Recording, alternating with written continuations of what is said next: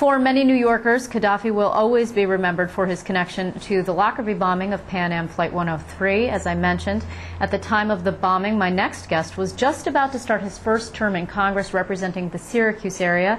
He is, of course, Jim Walsh. He's joining us today from Washington, D.C. He is now Government Affairs Counselor with K&L Gates. It is good to see you, Jim. Nice to hear you too, Liz.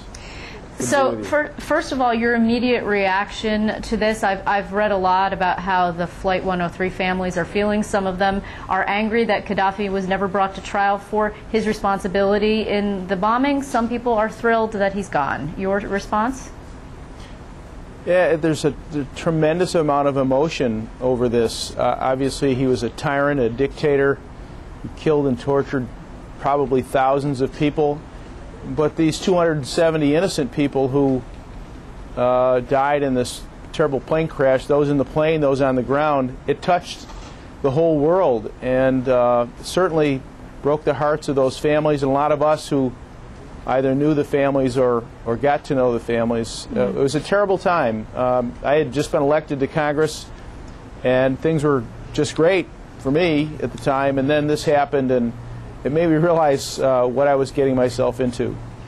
Yeah, you know, now it's interesting, the reports regarding how the U.S. will go forward with the new Libyan government, and obviously there's a lot of chaos and flux going on. Some have suggested that if, in fact, Obama pushes for the return to the U.S. of al-Megrahi, the guy who's obviously was convicted and then subsequently released, it could be a problem for international relations. What's your feeling on that?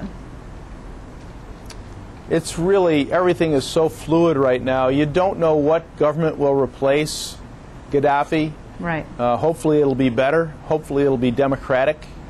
If it is a democratic government, then hopefully they'll honor democratic principles and they'll extradite the guy for murder, for killing these innocent people. But it's really hard to figure at this point because things are so volatile there now. Well, and also there are some people who, of course, would much rather just see this be closed and go away. I think the British come to mind, for example. I mean, he did do time and he was released. So I'm not even sure what the international law is on that one. Do you have any idea? I don't know. I don't think he could have double jeopardy. He was found guilty. He did time. The Brits made a mistake. They let him go. They should have never let him go. But maybe there's an opportunity for us to bring justice now. What do you believe will happen going forward in terms of the Obama Middle East policy? I mean, you know, of course, the administration is saying, well, this is a victory for us. The president was criticized on both sides of the aisle, and now going forward, it looks like he was successful. Maybe he'll try the same in Syria, for example. Well, you know, it's the people of Libya delivered their own fate. Certainly NATO supported it, and that was a controversial decision at the time. Right. Just like it was controversial for the president to send 100 troops into the Congo last week. Nobody knows what happens once you let loose that aspect of war. So, you know, I think the president probably looks pretty good right now for his actions. The question is, in all of these countries, do we get democracy or do we get more dictatorship? It's a very unsettled part of the world right now. But one thing we do know, and that is one of the really bad people in the world is dead. Yeah, it's interesting because the Obama administration has failed to get much balance, if you will, out of these kind of victories. I mean, not even the death of Osama bin Laden, for which the U.S. could really arguably claim much more responsibility. This, we provided airstrikes, yes, but we were the people who got him on the ground. In that case, we were, and the president has yet to get out of this slump in his poll numbers. Why do you believe that is? Well, I think the American people are far more focused on their own lives and their families' lives. The economy is dreadful. Millions and millions of people are looking for work. Nobody knows who's going to be laid off next. People have mortgages that are underwater. This is sort of noise. This Gaddafi news will come and go, and people will go back to their lives. And so far, the president hasn't provided us any way out of this. There's also a lot of talk today about the gruesome manner in which Gaddafi was killed. I mean, it looks sort of like the administration gets to have it both ways. On one hand, declaring victory for the U.S. role in this death, and on the other hand, well, it's not our fault that he died in such a gruesome manner. I mean, that seems to be splitting it a little bit fine, isn't it?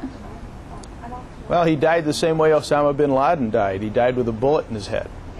I think then they dragged the body, and the reports are they dragged the body through the streets. Right. I mean, there's tremendous passion and hatred for this man. He killed countless Libyans over the years and tortured them and took advantage of them. And so, while it's dreadful, it's almost understandable. And you know, Bin Laden died a more antiseptic way, but nonetheless, they're both dead, which is good news.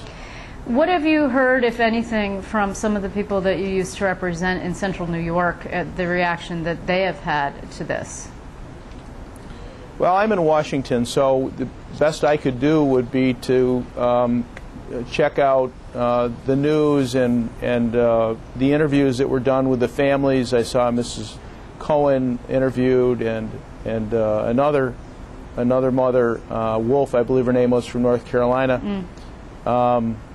You know, it's justice finally for them, but it doesn't bring their daughters back. It's got to be heartbreaking at the same time, the memories that it brings back, the possibilities that those kids had. I read some of the biographies of the kids, and it just made you realize what a terrible, terrible waste it was, and how ultimately how horrible the world can be at times, especially with people like Gaddafi and Osama causing these kinds of problems. It must have been frustrating for you as well, as the representative, receiving the grief-bearing people's reactions at that time and not really being able to do all that terribly much about it in Washington.